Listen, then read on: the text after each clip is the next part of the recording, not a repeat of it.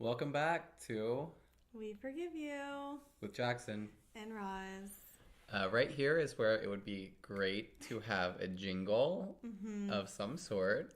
I have no musical talent. I have a lot, but it's just sometimes hard to just channel. And so I'm happy to do vocals. I just think we need a beat. So this is a call to action. A call to action for any and all jingle writers, lyricists, beat makers, hit makers. Or anyone who just knows their way around one of those royalty-free websites. If you don't need to have Pro Tools, you just need to have, a good sense of using Google. Right. For a free beat that maybe we could sing four bars over. Yeah, and maybe we could throw in our tag could fit in there, self-care through celebrity. Because this is the show all about self-care through celebrity. So Roz, we've been doing this for 3 weeks now, which is longer than I've ever done anything. Oh my God. Really proud of that. You've kept a resolution longer than 3 weeks, though. You were vegan for 3 years. 3 years, so. Wow. Maybe I'm better at resolutions than I thought. Yeah. Haven't gone to the gym much this week, only once. Not great, because I had a little baby cold because I took 2 separate trips across the country, and usually just taking one gives me pneumonia. So I'm. Oh my God. Got You're a an old man. little snuffly cold. Yeah, I'm an old man or someone with just a sensitive immune system. So I stopped taking said supplement because it was just not working with your body. No, not working with my body, but I thought my skin was looking good. So I'm taking a break from that. Still feeling great. I don't think it's placebo. I really don't. Believe me, Dr. Gundry, I don't. But so I've stopped doing that. But the podcast has kind of kickstarted some other creative stuff that I want to work on. So that's awesome. So it's helping other resolutions. That's good. Yeah. I just find it very relaxing. I hope you guys like it. I've heard your voice is very relaxing. I got one piece of feedback that was like, Jackson, your voice sounds great and all, but Roz's voice really, she could be my therapist. I love listening to her talk. Shut up. Yeah. I would happily, I'm nowhere qualified to be someone's therapist, but I'm a good listener. I just like the idea of you taking this into sort of a Dr. Oz world. You're one person told me I had a soothing voice, so now I'm doing phone therapy. Oprah loved when I give her some notes about how to have a better heart health, and so now I tell America that they're fat. Yeah, and they should take raspberry ketones instead of dieting or exercising. And that if you don't poop 3 times a day, see a colon doctor. I honestly can't figure out what that title would be. It's I want to say colorectal surgeon, but it'd be a gastrointestinal doctor. Oh, gastroenterologist. Yeah. That's the term. Mm-hmm. We got there. Wow. So in the pop culture world this week, a couple of things happened. Man of the Woods finally was released. I've slowly been listening to it. You have? It takes some work. The thing is, I don't want to put in the work. It's not like someone was like, "Oh, this is an incredible album. It's very different than Justin's other work." So once you get beyond that, it's incredible. Yeah, it's not. It's not good. It could be called bad. Well, Pitchfork, as our listener and friend Ian sent us the. I just had it up too. Sorry. He sent us their review, which I'm just going to read one little bit of it. Man in the Woods is a misstep large enough to merit relitigating Justin Timberlake's status as a pop superstar. How much of his career could we chalk up to fortune, privilege, and essential malleability? So I think the big takeaway point here is that this podcast is having a lot of impact on the larger media landscape. Yeah, everyone's like, "Whoa, grab your pitchfork." And one last quick note on Man of the Woods, and obviously we're gonna have some Super Bowls tomorrow. So the big game, the big matches tomorrow. But our question was answered about who the Man of the Woods refers to. Oh right, it's not Justin wearing a flannel shirt. It's his son Silas, which I meant to look up. What is Oh, Silas meaning. Because is it a tree? Well, according to Justin, Silas etymologically means man of the woods, and so Oh, it means wood forest. But it's funny is that I don't think that the songs that I've heard seem to be about fatherhood or growing up or I will say there's a lot of family stuff on the album, meaning like Jessica Biel. her voice pops up regularly as does his son like cooing. Oh, that was in the Pitchfork review. That's what I got out of it. At some point. So you take it for what it is, but I do want to say, just in response to Justin Timberlake saying, like, you guys all have it wrong. Like, Man of the Woods isn't about me. It's about, like, my son's name. So, like, Buzz Off, it's like, you did this intentionally. Like, this was your marketing campaign, and you're telling me that I'm supposed to take from your, like, I don't know, 3-minute ad where there's nothing but, like, sparks coming off of logs and he you comes, wearing like, out of a different outerwear. closet or he comes out of something that's burning. I don't know. That's Justin. Like, that's on you, not on us. Like, we didn't misinterpret it. You announced it incorrectly. Well, something I often say is that regardless of your intention, if it's received and perceived entirely differently, then your intention doesn't matter. Because it's like if 98% of us received it as like what we thought it was like he was going back to his roots. What I think something about Pitchfork was like he's like reinvigorating Southern music with like pop or something. It's like yeah, we have Maren Morris and Taylor Swift for that next. Yeah. Anyway, so we'll see how he does at the big sporting match. At the big match, which I won't get to watch live because I have a business dinner to attend. Oh my god, that's so fancy. Which it's like, who scheduled this? It's been on my calendar for months, and I never put together when the Super Bowl was. I don't get to eat queso tomorrow. Yeah, I don't really have any plans. I'm hanging out with Courtney Bush Stone, so maybe we both like to eat and snack, so I'm sure we'll just eat and snack and watch the big match. But I don't really want to, but I want to eat that type of food, so. Yeah.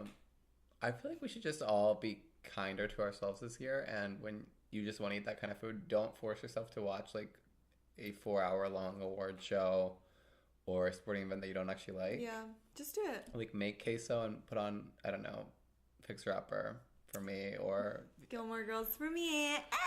No, it's probably... Well, Gilmore Girls is on in the background right now, but, you know...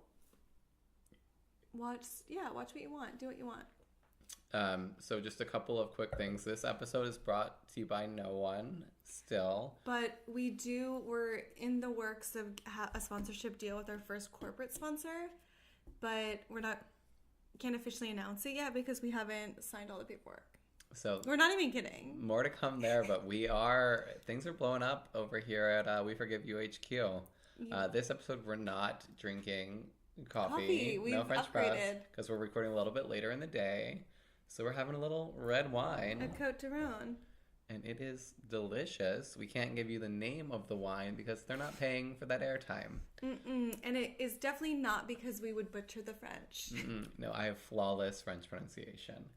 A few quick thank yous before we roll into the episode. Thank you to Karen Lee at Karen Is Nice on Instagram. And at She Likes Cutie. Karen does the incredible art for each episode. And she did that incredible piece of art that is the Jonas Brothers. With all of the purity rings. Yeah, and their faces. And she's so talented, and it's art. It's genius. I really love that she's offered to do these pieces. Yeah, she was so moved. Cool. So thank you, Karen. And if you all ever want to commission a really great portrait, contact her because she will do a wonderful job. Yep. And then one other big thank you, which we've been meaning to do for a couple weeks now, to Sarah Falkman, who did our wonderful logo design. So awesome. Including the beautiful millennial pink color, and the prayer hands, and the beautiful handwritten font. And she's at Swizco on Instagram, so if you want to get some beautiful design work done, reach out to her there, or just appreciate or work online. I love it. Cool. So I feel like the only other big pop culture thing this week was the Grammys. And one of the people we're going to talk about today performed there. But before we dig into his career... See, I'm going to... Like, you just said dig and it sounded like dick. Dig. And No. What was it? Throw a dick? Yeah. Which we're going to make happen. Maybe we'll make sure to say throw a dick. Throw a dick. If all of our listeners could start just incorporating that naturally into their lexicons, that would be wonderful. Just throw a dick at them. You know what? Throw him a dick. Just throw it. They're having a hard time, just do it. Take the dick and throw it. Right. It could be anyway. So anyways, back to the Grammys. That was our big cultural event. Today's person that Jackson's bringing to the table performed there. But we just wanted to touch base on the Grammys and all the obvious ways, how it's so outdated and out of touch. Yeah, I don't want to I feel like so many writers have done a great job of digging See? in on this. I need to find a new verb online. But I just always say there's a great think piece for it. There's a great think piece out there for it. My only real takeaway is that I don't need to see Bono and Sting in a year in which they didn't contribute anything significantly to the music scene when so many people did who didn't get that airtime. Right, exactly. I mean, Lorde not being offered her own slot. Right. And I think without even going into Sting and Bono, it just seems a bit upsetting and out of touch that you wouldn't celebrate the artists that were actually not you right. as the Recording Academy nominated. Right. And I understand that you are trying for all of America to watch and get viewership, but at the same time, you had some of your worst ratings, so it proved that you should have celebrated these younger artists. Right. Or not even younger artists. There were other people that were nominated, Shakira was nominated in one. She didn't perform. People that everyone knows. Right. Household names that were nominated and didn't perform. Jay-Z and Lorde, I think Jay-Z turned down the offer to perform. But Lorde was not offered her own space, even though she was nominated for Record of the Year, and also is a household name, and how many times do you say, "Oh Lorde," and was seated in the front row, and the camera panned to her. They used her body basically throughout the show. Yeah. But then didn't offer her a chance to actually play her music at an event designed to celebrate music. Yeah, and instead, I don't know. Anyway, so that's the Grammys. Didn't love them. Didn't really enjoy watching them, and wish they could learn how to do better, which is what we're all about. So today we are talking about a performer at the Grammys, Mr. Sam Smith. Okay, so Sam Smith, he is a Grammy winner. He is a Grammy winner. An Oscar winner.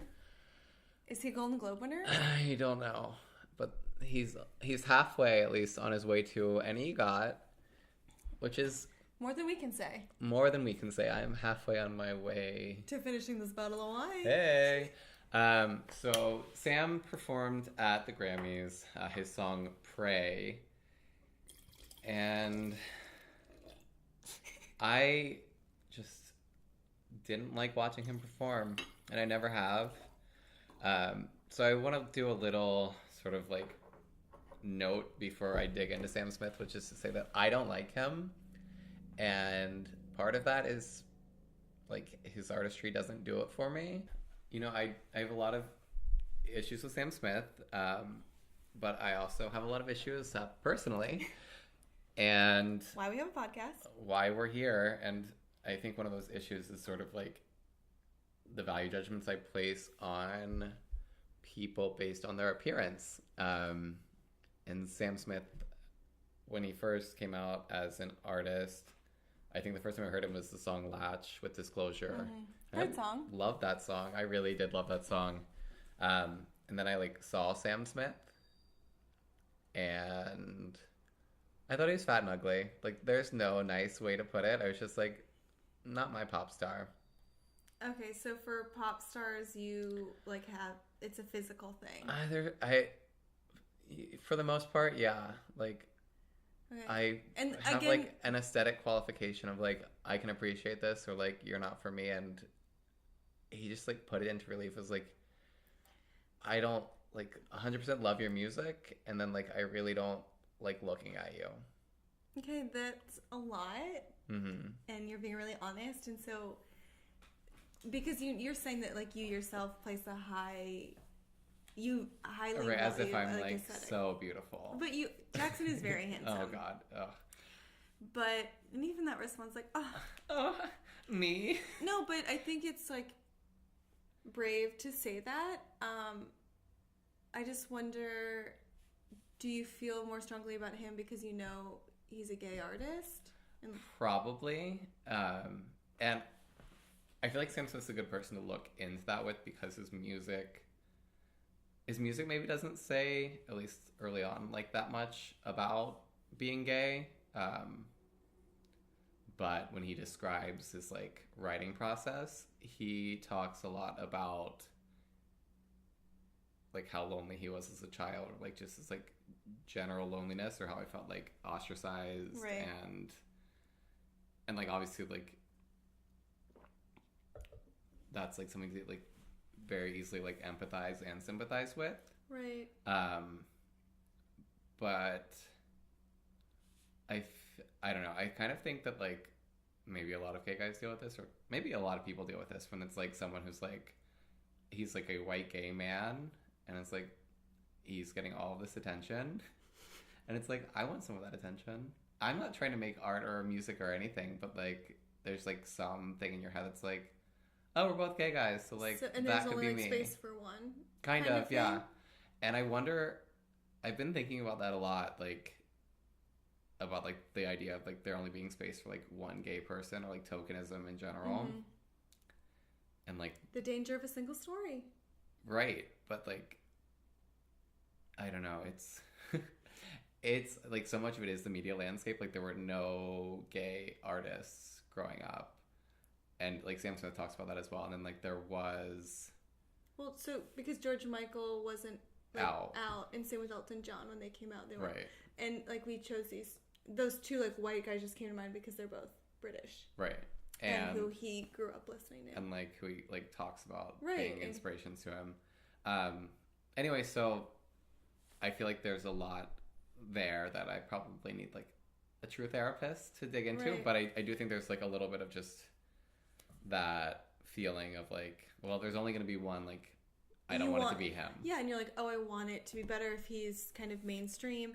But here's my thing, like going back to the appearance thing, because I don't think of you as someone who like body shames anyone or anything like that. So hearing you say that about him, I like really think it is kind of that he's representing like white gay men for you, Yeah. and you like want a better messenger, even though.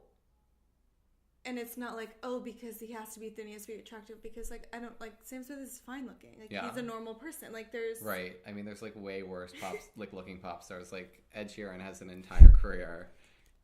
Sorry, I said it. Like, and he gets to count as like some sort of sex symbol right now. So like, why am I mad at Sam Smith specifically? Right. It must be that he's like filling the like gay slot on like the Grammy stage. Like he's the one like queer performer. So Well, was he the only openly queer performer? I don't know. Now that I like Because said I just that, want to, but like I don't want to make a blanket statement when I think one of your issues with him is this, like... yeah, So- that's fair. So I just want to, cover our bases. And so now that we have that little... I don't want to call it like a precursor, but maybe a background information on like on your... my psychological issues. And no, just like your value system. Mm-hmm.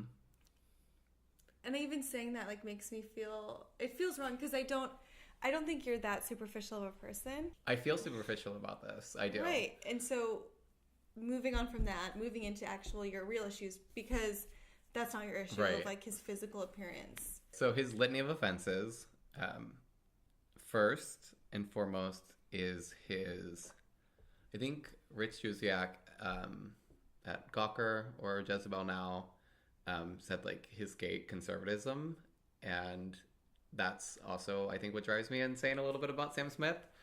So especially with his promotion, with his first album, he did an interview where he talked about like how he doesn't use apps, and like that he's like not a part of hookup culture, and he's like an old soul and a romantic, and so like, oh, like what, like we're losing the art of conversation. And then later, the New York Times wrote or had this article, this interview with him, that like tear-stained confessions of Sam Smith, where he later admitted that he actually did use Grindr, but would only use it to go on dates, or so he says.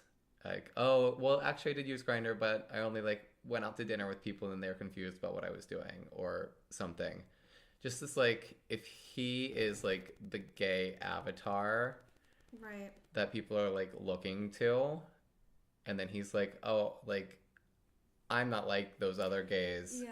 I'm not having sex. Like, I don't want to give up somebody a blowjob. I just want to like have dinner with them or like read a book next to them. Well, it prescribes to that like idea, like I know in Mormonism, it's like, we love gays, just don't act on it. Right. And it's like he's doing that. Right. He's feeding into this like idea that like we accept gay people only, but if they don't, like this sexless idea of Yeah. a gay person, or like the idea that if you're gay and like sexually active, or just like if you go like hook up with someone and you both like just do it because you wanted to have sex and you like didn't want a relationship out of it, that there's something like wrong with that.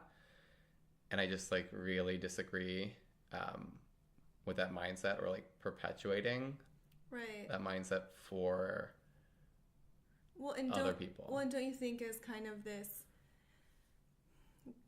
white gay messenger into like mainstream media, and even like I'm sure in very conservative Christian households, Sam Smith is playing that he, like, by distancing himself or othering himself by saying like, oh, I don't use the apps, Right. it's helping him like pass in those scenes, and also not doing great things for the LGBT community, because it's like it's almost like degrading them to nothing more than wanting to hook up, Right. when like this technology has like connected a lot of people who might not otherwise Right. like know how to engage, or like people who Or growing up, have they're like, I don't know who a spaces. gay person is. Yeah, they don't have like Right.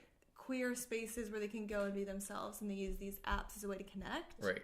There is like a very also when, because like anywhere that media is writing about apps tends to be like New York, London, Los Angeles, like Western massive metropolitan areas with gay scenes that exist outside of your cell phone. Right. But like Everywhere else, like like think you need about it. like rural areas just in the United States, much less like But countries. places we grew up, like Right. Boise, like yeah, we have we have 2 gay bars, Right.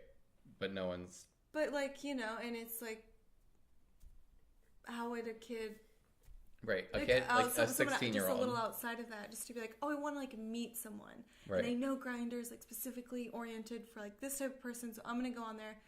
And it's just so annoying that it's also like blanketing, like anyone who uses Grindr is just on it for sex. Right. Or that just being on Grindr for sex is an issue. Yeah, or there's something wrong with people like wanting to fill desires. Right. Anyway, that whole like, and he's sort of, I will say, like, Sam Smith in this New York Times interview and like in his new album release has sort of like pursued like a course correction with his narrative of being like, give me time to like learn. I'm like learning in public. Like I'm trying to become a better gay person, but even when he's doing that, he's still not like, he's still saying things that are like really deeply frustrating, and not just being like, oh, I'm still learning, so I'm like not going to like speak on that, or like I feel like I'm not informed enough to speak to that. I just, and probably that's like a thing for everyone to do more of, is say like, I don't need to give a comment because like I don't know what I'm talking about. But for him, I think like a really great thing for him to do is to be quiet. Well, I think of like navigating the worlds of technology and media like today. I often think about how many times celebrities say stupid things, or like how things are taken out of context. It's like it is just safer to say nothing. And I think there's this fear of kind of touching back on what you said earlier, being like, I want some of that attention or something. Right. So it's like people are so afraid that if they don't give the comment, then it won't make the press and then blah, blah. And it's like, well, this is a safe enough comment. It's like, well, maybe it's better to not say anything at all. Yeah. Although I guess I want to push back a little bit on myself, because while I was listening to you, I started like questioning, like saying to Sam Smith, like, you need to be quiet. That's fucked up. I shouldn't have said that. I'm also trying to not say the F word so much on here, but that was fucked up. Also because like he is a gay person, a queer person with a platform, like, and what we continually like say is if you have a platform, use it. That like moms are listening to, or like he could be the best Trojan horse, right? And so like, I guess, and he talked a little bit about this, like, oh, he like sought out gay friends and like loves drag queens now and whatever. Like, it sounds like a 90s version of being gay on TV, but like, great, fine. Yeah. But like, I don't know, like, find a way to speak out or to speak, but also like, you have the resources. Right. Like, you have like anyone that he reached out to, it's like, I want to like come to this lecture or like read this book or like just have like a conversation with an activist or someone like more informed like, about this. Like, they're going to be help me use my platform. Right, help me use my platform. And so like, I get like the issue, and I've probably said like effed up things already in this episode that I should have been quiet about and said. But I don't know, just like be smart about how you use your platform. And so like, something I mentioned to you is when he said like that growing up he wore like women's clothing constantly and like makeup all the time, and his like mom knew he was gay by the time he was 3, and like that's like that's a pull quote from like every gay or queer person's like story. Like, if X, Y, or Z knew that I was gay at the time.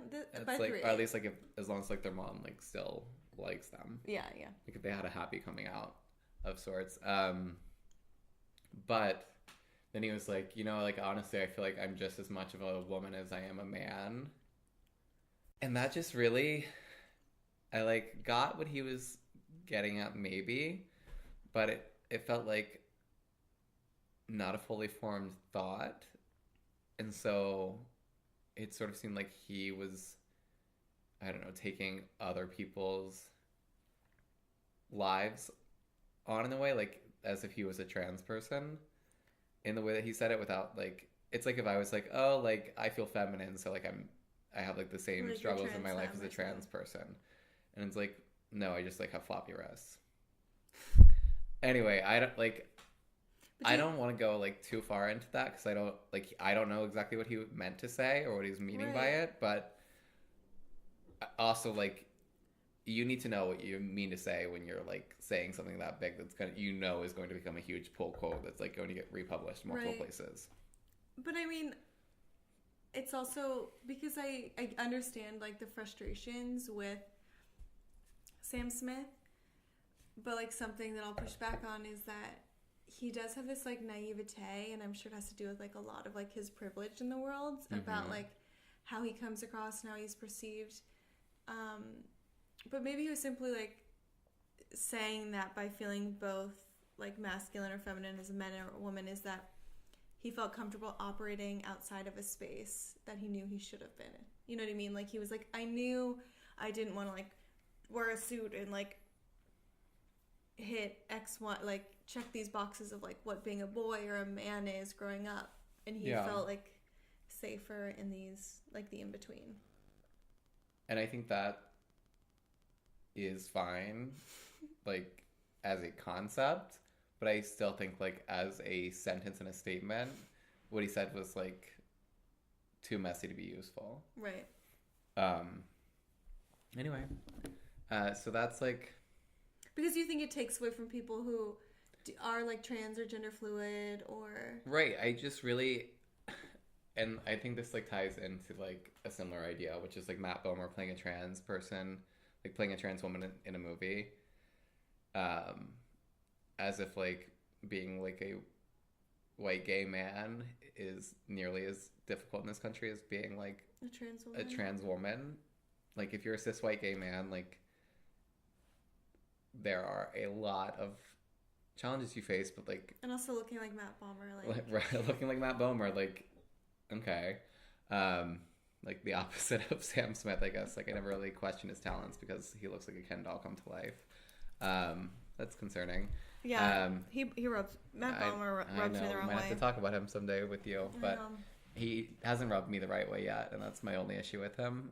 Other than that, he took a role to play a trans woman where it's like we have so many wonderful trans actors and actresses out there who are not getting cast in roles like in any sense, much less like roles about themselves, like about their community. And it's like someone like Matt should know that, and you're right. saying that, Right. I mean, Matt is married to like a powerful agent, and it's like you both should know better. Right.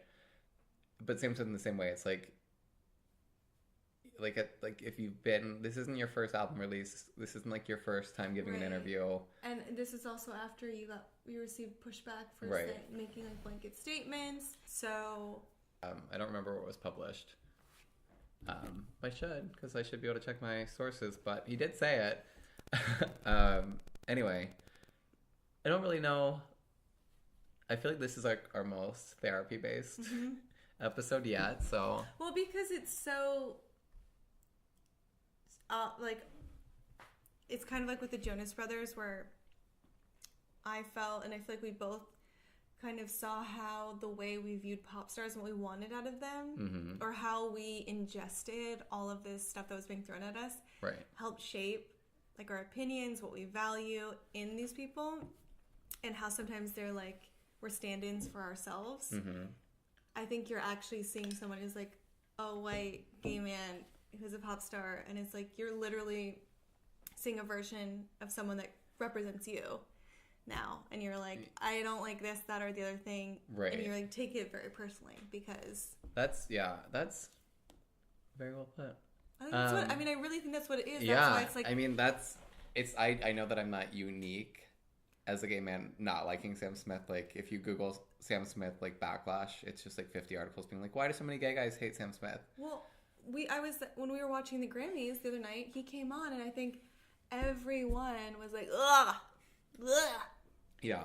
And it's like, it's sad because I feel like I don't want to be like, oh, but he's so harmless or all this, because it's like, again, you go back to this intention thing. His intention isn't to offend anyone. And so I think this feeds into our next little bit, which is Sam Smith winning an Oscar. Oh, here we are. The Writings on the Wall from the James Bond movie that I think everyone forgot came out, Spectre. Right. I can't recall the song, but I remember The Writings on the Wall. I honestly, see who The Writings on the Wall is a Destiny's Child album and not a Sam Smith song. Anyway, so he was up against. Yeah, who's he up against? Lady Gaga. Oh, Till It Happens to You. From The Hunting Ground. Which was incredible. That song was incredible. So Sam Smith won the Oscar over Lady Gaga, and for a song that he like admittedly said he spent 20 minutes writing, and was like a downer. It just wasn't a good song. Like he didn't seem proud of it either. Like he was like, oh, I just like threw that out there, like whatever. Yeah. Like me and Jimmy Napes got together and just like banged this out, like, and sent it over, and they're like, great, fine, whatever. So I think it was like that sort of like false humility and like nonchalance about like the song itself, like following Adele's Skyfall, which also won the Oscar, and sort of like brought back the idea. I think that like the Bond theme song was like a true like quote unquote like honor to like get to sing it. Right. Like her song though, I feel like was so much better. Oh, it was so much better, and like Shirley Bass. It added to the film. Well, like, and the film was so much better. Like Skyfall was like no, I didn't see Spectre, and I've seen almost every James Bond movie. Skyfall has an Idaho shout out. Woo! Oh, it has an Idaho shout out? Yeah, he was like some guy in Idaho is trying to. I just sold like a bunch of firearms to some gun collector somewhere in Idaho. And like literally in theaters tonight, they're like, The whole theater like stands up and like they're raises like the a fist. slow clap. No, it'd be a fist. And there's like a whole part of Skyfall you didn't hear because everyone was just cheering for Idaho so and loudly. it was a key part, I think. Pandemonium, and because at the I end, never understood why Javier Bardem was in the movie. I never did. You didn't get why he called Judi Dench mother and then killed her? Yeah. Well, anyway, be so the Latin guy. Adele won, and then Sam Smith popped up, won again over Lady Gaga, and that was bad enough, I think. Well, the Sam Smith thing is reminding me a lot of the Grammys with the... I forget what the actual category was, but it was whatever Ed Sheeran won for. Oh, and it was right. against all women. Right, it was were... best pop vocal performance. Yeah, so like SZA, Lady Gaga, Kesha, was it Lorde maybe? Maybe. And I'm not confident on it was Lorde. Lorde, but it was someone else, or maybe whatever. And he won, and it was like he wasn't even there. Not that like right. He wasn't there because he was protesting the Grammys because they didn't nominate him enough. Are you serious? Yeah, that's why he wasn't at the Grammys. Correct me if I'm wrong. Again, tweet at me, please, and I'll not respond to you. Right. But he wasn't there. The only man nominated in the category. Won and didn't show up. Didn't show up for song. It's also best vocal performance. It's not the best vocal performance. Like, was it a big hit? Yes. Like, I can't deny that Shape of You was, it was a big hit.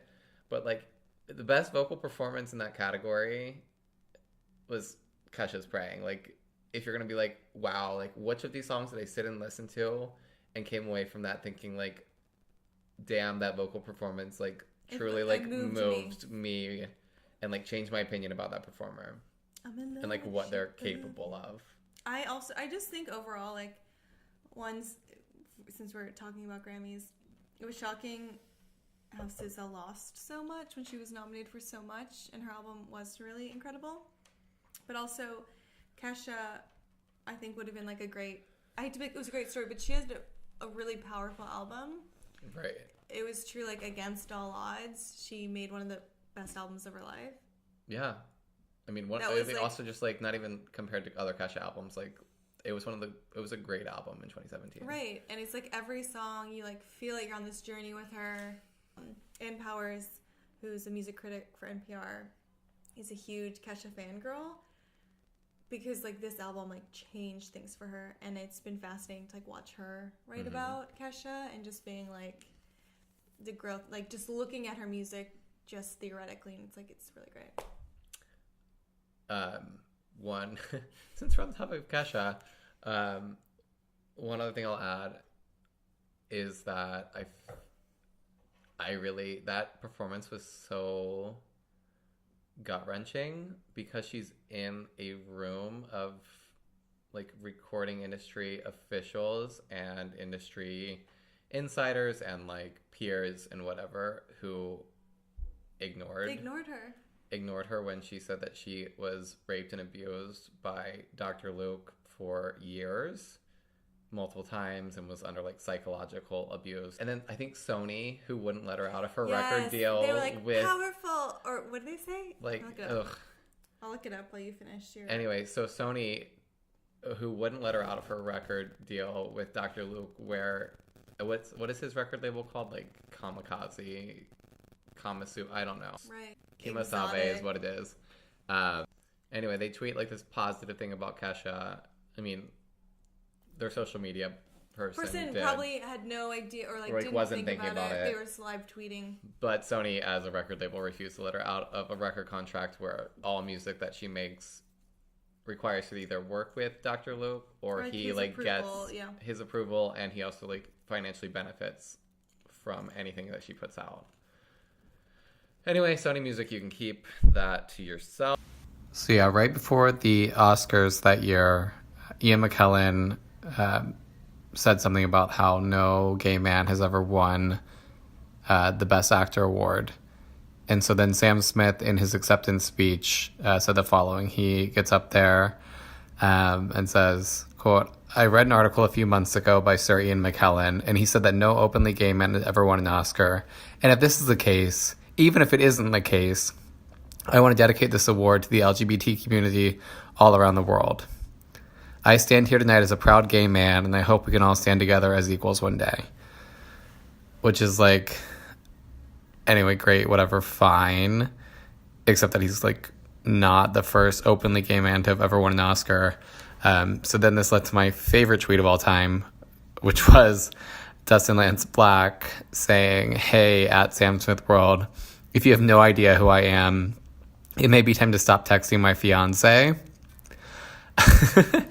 And then says, "Here's the start," and links to his Oscars acceptance speech. And then he sent out a tweet basically clarifying that, I don't know, that the whole thing wasn't supposed to sound nasty. It was supposed to be like, I'm not closeted, I'm an openly gay man. And like, you know my fiance, so you know that I'm open about my sexuality. Which is like fine and whatever, but I like really don't like believing that. I'd much rather just like bathe in the pettiness of that first tweet. It's so great. If you don't know your gay history, don't speak on it. But also like take the time and learn your gay history, because a lot of people fought for the privileges you have today. And I do think it's fine and understandable for people like, I'm learning, I'm trying, but be better. Like, you have endless resources to say, you know what, I'm going to take 3 months off. Right. Learn the people that came before me that were like songwriters and lyricists who died of AIDS, or like, like who fought for these rights and like maybe different things, like laws. I think especially if you're dedicating something to a community, you have to know. All right. I mean, if you want to be the spokesperson for the LGBTQ community, then you need to know about the LGBT community beyond yourself. And Sam Smith, whenever he talks about his sexuality, seems like he only knows about sexuality by sitting in his room and thinking about how he feels personally. Right, from like the point at which he thought about. Right, when he like realized he was attracted to men, and like that's your starting point. That's, I mean, for all gay men, myself included, like that's not interesting. That's just like at some point like you're more than your coming out story. And well, we're also at an, because of the beauty of the internet, you're able to find right. And after being historical nominated examples. And reading that quote, right, from Ian McKellen, like did that not spark your like, interest? Oh my god, I want to know, like, were these people closeted that have won, like who, you know, or right. like what is the rich history with these Oscars and people in my community? Right. Or just say thank you, mom, thank you, dad, like thank you to my boyfriend, whatever. Like give a nothing speech. I don't think he had a boyfriend at that time. He didn't, but I just mean generally, like say thanks and get off the stage, or like do a little bit of research if you want to make a statement. Or just speak of your experience. Like, I love when people are like... Oh, yeah, you can keep it personal. Yeah, exactly. But if you want to be a more universal spokesperson, then you need to get perspectives beyond your own. So after he won, did you think about, like, what you would have said? Oh, yeah, I mean, yes, but also, like... And this is, like, partially a joke and partially... real. This is like at my bravest. Yeah. My dream, if I ever win like an award that's televised and requires me to give a speech, is that I would just come up on stage and say, I want to thank Britney Spears, and then leave the stage. I think that's beautiful. So in this situation, I also would have just wanted to say, I want to thank Britney Spears. And sorry, mom and dad. Like, sorry, Patrick.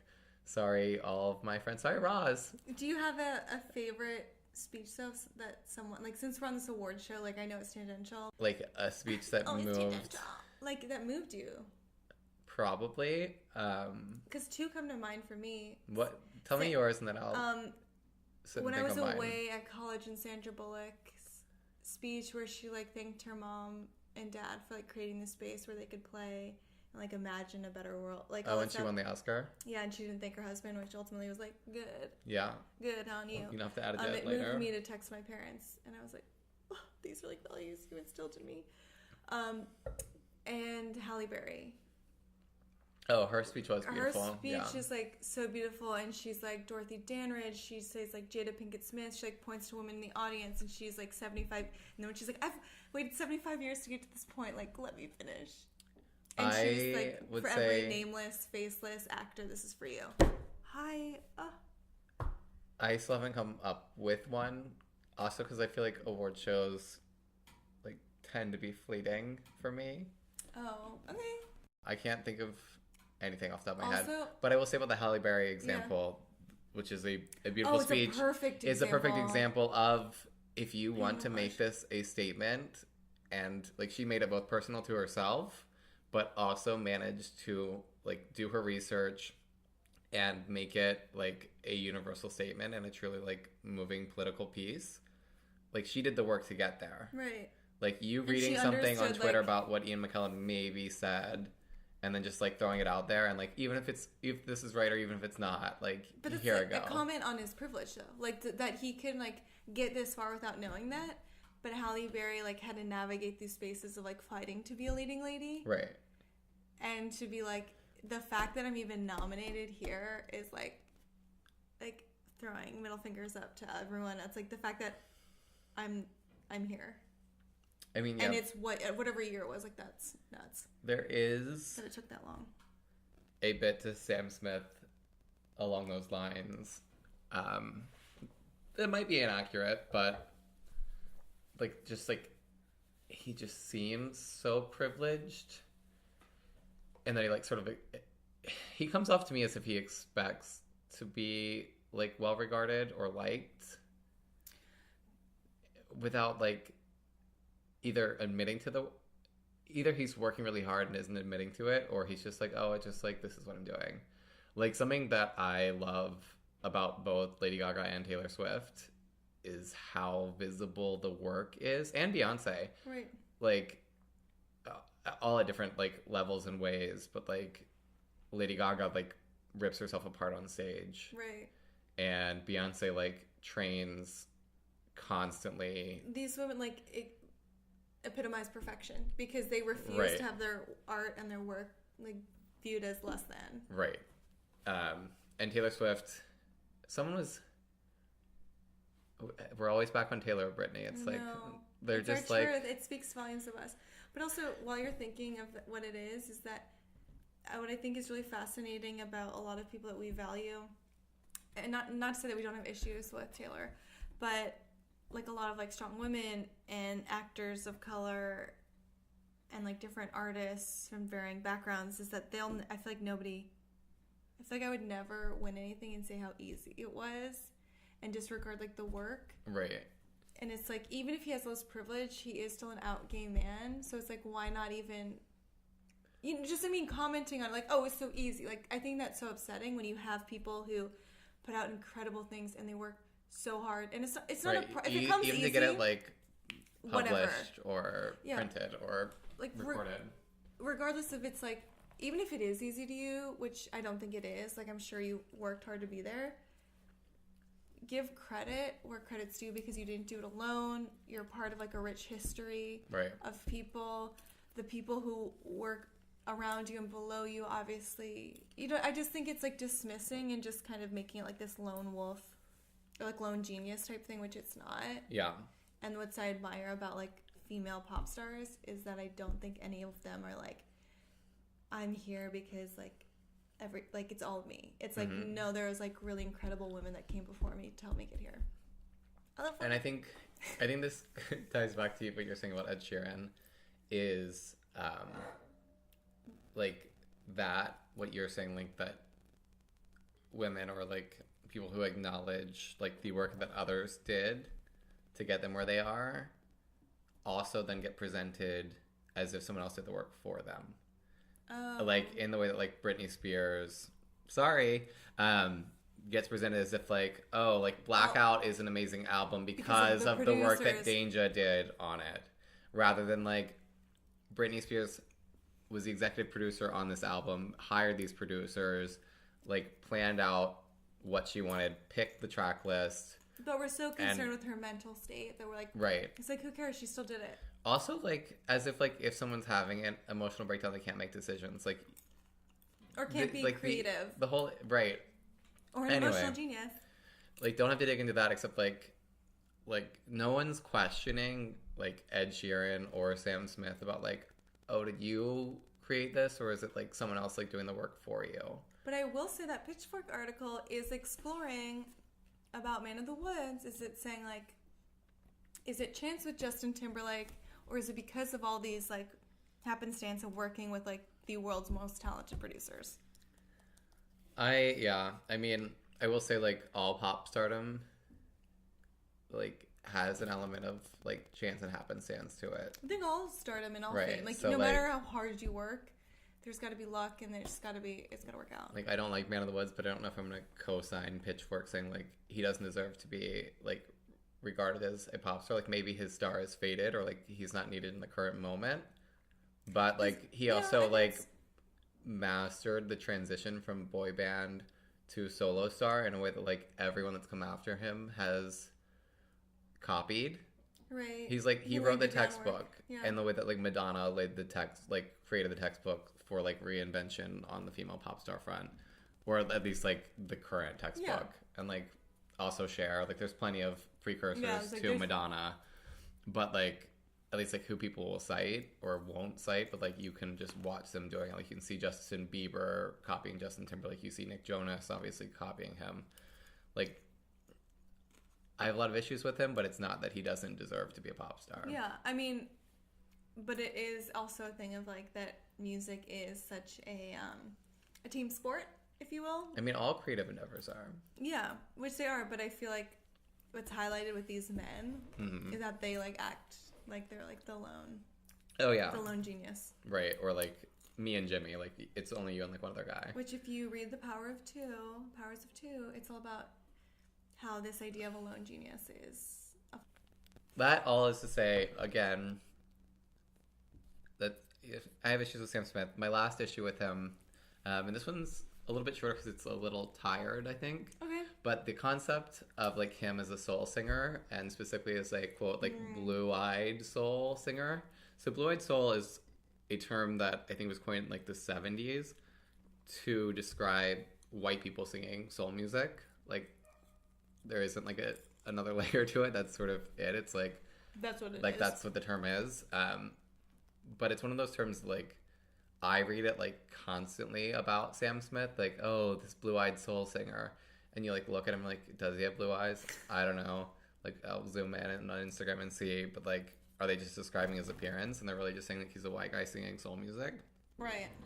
There's just something so tired about it, and his Grammy performance really articulated how tiring it is, like because it's him singing the song called Pray, and then he's backed by a gospel choir of like all black singers singing like his song as he's like the center of attention, just standing there. And it's just like just going along with that like idea of like being, I don't know, the lone wolf. I'm just sick of watching basically people just like exploit like choirs, and like especially like black choirs, because that seems to be Yeah.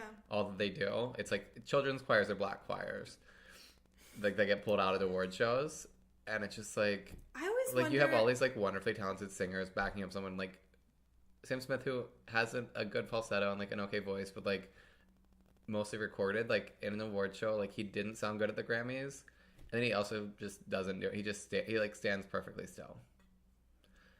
Yeah, and so it's just like letting other people do the work. Anyway, I just don't like watching him perform. Like there's Yeah. not.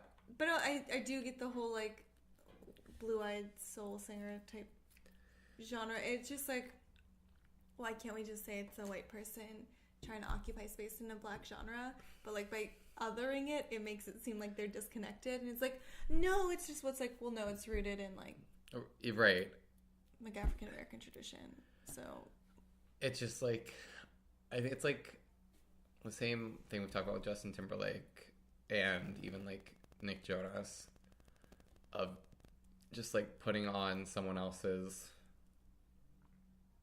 experience as your own, like well, as it's a a type costume. of performance, yeah. Yeah. It's like a sort of like Judith Butler talks about like how gender is performed, and this is like pop star is performed, or like genre performed. Yeah, and it's honestly it's like not on Sam Smith, because like he's like not even like the 70th person to Yeah. do this, but I'm exhausted by it being like applauded. Well, that's the thing though, is that I think it's like with what when I was listening back to the Jonas Brothers things, it's like, well, you know, it's just like they're part of this flood system. It's like, yes, but we're in a space where like information's at our fingertips. It's so easy to learn your history and to learn like the music that you're performing or the films that you're in or the people you're portraying. It's so easy pre-net neutrality for you have to like pay for certain sites, and it makes it hard for other people to can't afford it, prohibitive, to learn your history and to learn this and to be like, oh, I'm being critiqued and criticized for not knowing my gay history. I'm being criticized for singing soul music as a white person. Like, how can I be a better vessel and how can I be a better artist by knowing this history? That's all it is. Like, you know what I mean? So I think you can like, fault him. Yeah. Now he's at a point in his career where you can fault him. Yeah, he's 25. Like, but also, he's won X amount of awards and he's said silly, dumb things that he's come back and been like, oh, I should... Right, like, if he is doing self-examination publicly, which he is. Yeah, he is. So it's like, then, why like, not... do more of it. Why not, like, I've been watching The Crown. Why not pull a QE2 and hire a private tutor? Because she realized all of her training was only to become the Crown. And she didn't know anything about, like, American politics or what was happening in Africa and any of the revolutions. And so she hired a tutor. And I was like, Mom. So you've listed your litany of offenses for Sam Smith. Is there anything he could do, like, in terms of acts of repentance that would... Funny you should ask about his acts of repentance. Trademark the Catholic Church. I feel like he could do some things and I could do some things. Okay, so what... To get there. So for Sam, I think what we've really sort of nailed down is that if he wants to be... Well, first of all, I think, like, and I haven't said this, but, like, it is impressive that he, from the, like, beginning of his career, has been, like, publicly out. Yeah. And, like, not in a, like, People magazine cover way. Yeah. Which is, like, it makes sense also. Like, just get it done. Like, if it's how people know you from the beginning, like, then it's fine. Good. Whenever I feel like I try to say something negative, I always try to say something positive. And that's what you're doing is that, like, you do applaud him for putting... Right, for being an out gay man in the music industry. And, like, I'm sure there are a lot of musicians, like, both current and preceding him, who are closeted about their sexuality. Yeah. Just because, like, based on how few out musicians there are. Yeah. So that is applause-worthy. But if you want to be a spokesperson for the LGBT community, if you want to be, like, out there giving interviews about your sexuality and then, like, going beyond your own personal self and talking more about... And dedicating something to a community. Right, or talking about the community, like, I would say just, like, your act of repentance is, like, I don't know, Reed and the band played on. Not, like, a perfect person or a perfect gay man in, like, any sense. But I think, like, all of us, especially white gay men, like, need to do the work to, like, know our own communities and then, like, also understand the queer community beyond just, like, other white gay guys. I think, like, I don't know, something I could do, like, with someone like Sam Smith or, like, another, like, any other, like, gay man with a platform is, like, take a second when I, like, have a reaction of disgust. Right. Or, like, frustration to be like, is this, like, would I react this way if this person wasn't gay?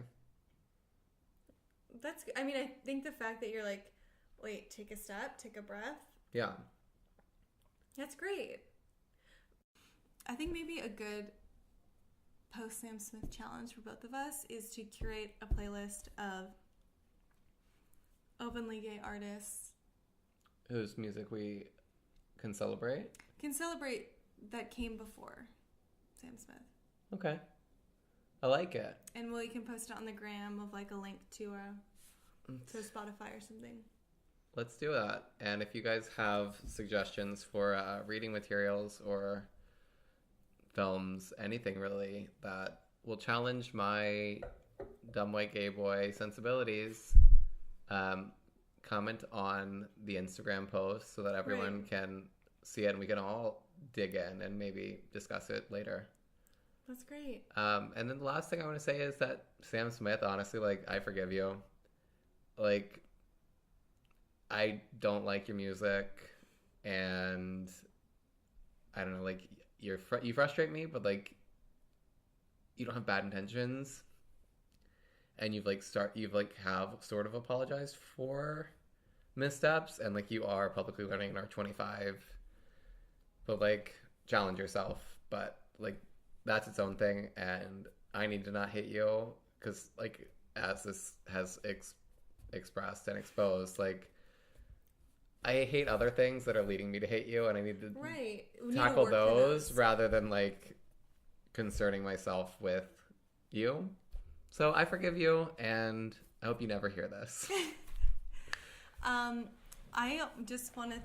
I feel like our last 2 episodes have been, like, very therapeutic, which is essentially what we started the podcast at. And, like, we're, like, cute and witty and, like, really funny. Yeah. But... like, thank you for being really vulnerable and, like, saying what you said about Sam Smith that, like, really exposed parts of yourself that you were like, I know I need to do this. I feel like I've been sweating way more this episode than I usually do. It could be the wine.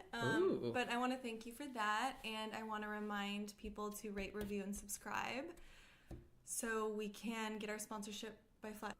So thanks for listening. We hope you forgive us. And we hope that you find it in yourselves to forgive someone else this week. That's nice. See you after the big game. Bye!